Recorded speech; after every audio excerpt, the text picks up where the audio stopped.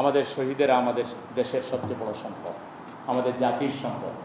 আমরা তো দীর্ঘদিন থেকে শাহাদাতের নজরানা পেশ করে আসতেছি। এইবার গোটা জাতি আমাদের সাথে একাকার হয়েছে। এই শহীদ পরিবারগুলোতে যথাসম্ভব যাবেন, আহতদের পাশে দাঁড়াবেন, তাদেরকে খাওয়াবেন, সান্ত্বনা দিবেন, ছোটো বাচ্চারা থাকলে এদের ব্যাপারে দায়িত্ব নেবেন এবং এই শহীদদের ব্যাপারে জনগণকে সাথে নিয়ে সম্ভব সব কিছু আপনারা করবেন। এতে আপনাদের দিলটাও নরম হবে, আপনারা তাদের কষ্ট শুনে বুঝে নিজেরাও তৈরি হইতে পারবেন। আমরা যে উদ্যোগটা নিয়েছি, প্রত্যেক শহীদ পরিবারকে আমির জামাত বলেছেন প্রাথমিকভাবে 1 লাখ দেওয়ার জন্য। সবচেয়ে বেশি শহীদ হয়েছে কিন্তু ঢাকা মহানগর উত্তরে, কারণ আন্দোলন ইউনিভার্সিটিতে ছিল 15 তারিখ 16 তারিখ দুপুর পর্যন্ত। 16 তারিখ দুপুরের পর থেকে আন্দোলন চলে আসছে রাজপথে, আর রাজপথের মধ্যে পুরো পয়েন্টগুলো হয়ে গেছে এইদিকে। দক্ষিণের মধ্যে ছিল শুধু হলো সায়েন্স ল্যাব আর হলো যাত্রাবাড়ি, আর কোথাও ছিল না। আর বাকি সকল 8-10টা স্পট টোটালটা হলো উত্তরের মধ্যে। এবং আমাদের এই পর্যন্ত 150 জনের তালিকা আমরা পেয়েছি, আর আমরা ধারণা করতেছি এটা 200-র মধ্যে চলে যাবে। এটা বাংলাদেশের কোথাও আর এত শহীদ হয় না।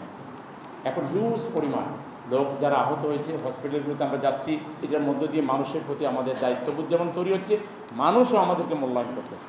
আমরা নিজেদেরকে ম্যাচিউরড হিসাবে তৈরি করতে পারি, দূরদর্শী হিসেবে তৈরি করতে পারি, বিজ্ঞ হিসেবে তৈরি করতে পারি, চারিত্রিকভাবে যদি তৈরি করতে পারি, আমাদের দ্বারা সমাজের মানুষের যদি অকল্যাণ না হয়, অপকার না হয়, ক্ষতি না হয়, কোনো অহংকার দেখাবেন না, কারোর সাথে দম্ভ করে কথা বলবেন না, কারোর সাথে অসদাচরণ করবেন না, হোক সে যে দলেরই লোক।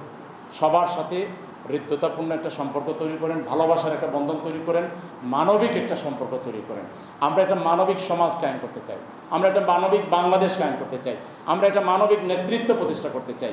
এটা জামাত ইসলামীকেই অগ্রগামী হয়ে করতে হবে। জামাত ছাড়া লোক তৈরির আর কোনো সেন্টার নেই আছে, এটা আমাদের ইসলামী মহল স্বীকার করে।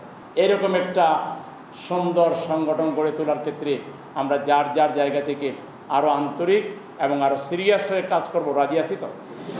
রাজি আছি তো?